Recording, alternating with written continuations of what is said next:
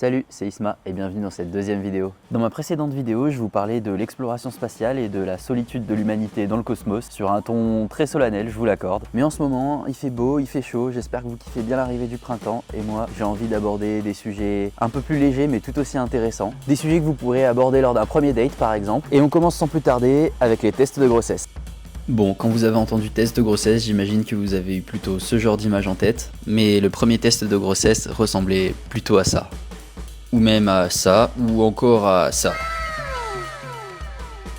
Et donc ces mignons petits tests de grossesse trop pipou étaient d'usage courant au XXe siècle. Mais en fait, c'était pas vraiment les premiers tests de grossesse de l'histoire de l'humanité. Si on remonte encore un peu dans le temps, on se rend compte que les premières traces de tests de grossesse remontent à l'Égypte antique. Et qu'avant d'utiliser la technologie animale, on utilisait surtout la technologie végétale. Ça, c'est le papyrus Carlsberg. Et ce truc date d'environ 1400 avant notre ère. Il est donc à peu près vieux de 3500 ans. Et ce qu'on y trouve dessus, c'est surtout des écrits médicaux. Et une méthode bien décrite qui nous explique comment on pourrait savoir si une femme est enceinte ou non. Et cette technique est plutôt simple. Vous prenez un sachet, vous le remplissez de grains de blé ou d'épeautre ou d'orge selon la traduction et vous allez l'imbiber d'urine quotidiennement. Si les grains se mettaient à germer, eh bien d'après la méthode décrite, vous étiez enceinte. Puis ça va même encore plus loin. En fonction de quel type de grains germe, on pouvait déterminer le sexe de l'enfant.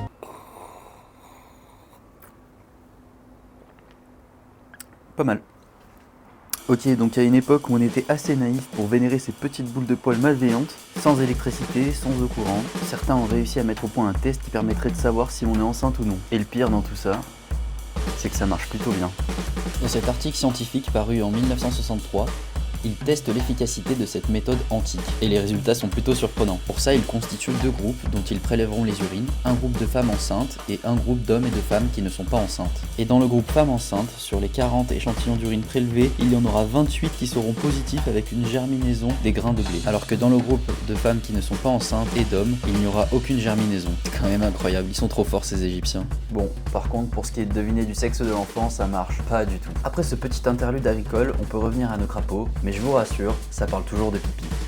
En 1927, le zoologue anglais Lancelot Hogben s'intéresse à une espèce d'amphibien originaire d'Afrique du Sud. Elle porte le nom de Xenopus levis ou plus communément crapaud à griffes et la particularité des femelles de cette espèce c'est de pouvoir pondre toute l'année. À partir des années 1930, grâce aux propriétés de cette espèce, on arrive à développer un nouveau test de grossesse. C'est toujours une question d'urine, mais il s'agit cette fois-ci de les injecter dans les crapauds. Et si celle-ci déclenche la ponte de ces crapauds, alors la femme était déclarée enceinte, avec une sensibilité de 95%, ce qui est encore plus performant que notre méthode égyptienne. Et donc vous l'aurez compris, des techniques similaires ont coexisté à cette époque, notamment utilisant des lapins et des souris. Sauf que dans ces cas-là, les animaux étaient sacrifiés car après l'injection d'urine de la femme supposément enceinte, il était nécessaire d'aller observer les ovaires de ces animaux. Puis enfin, avec l'utilisation massive de l'immunochromatographie depuis les années 70, les tests de grossesse ont pris une toute autre apparence, épargnant ces pauvres petites bêtes toutes mignonnes. Et c'est ainsi qu'on arrive à la forme que vous connaissez actuellement.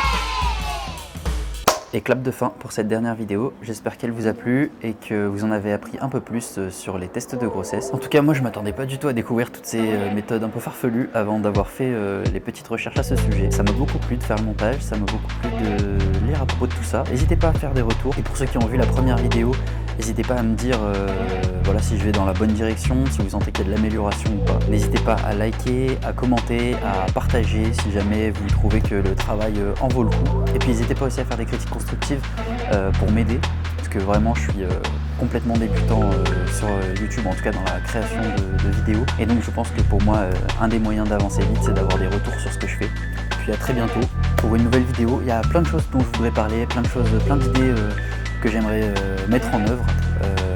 Bon, pour l'instant, j'ai pas les moyens d'aller au bout de mes rêves les plus fous, mais j'y compte en tout cas petit à petit, arriver en tout cas à faire de belles choses qui m'amusent et qui vous amusent. Bon allez, d'ici là, prenez soin de vous et puis je vous dis à la prochaine.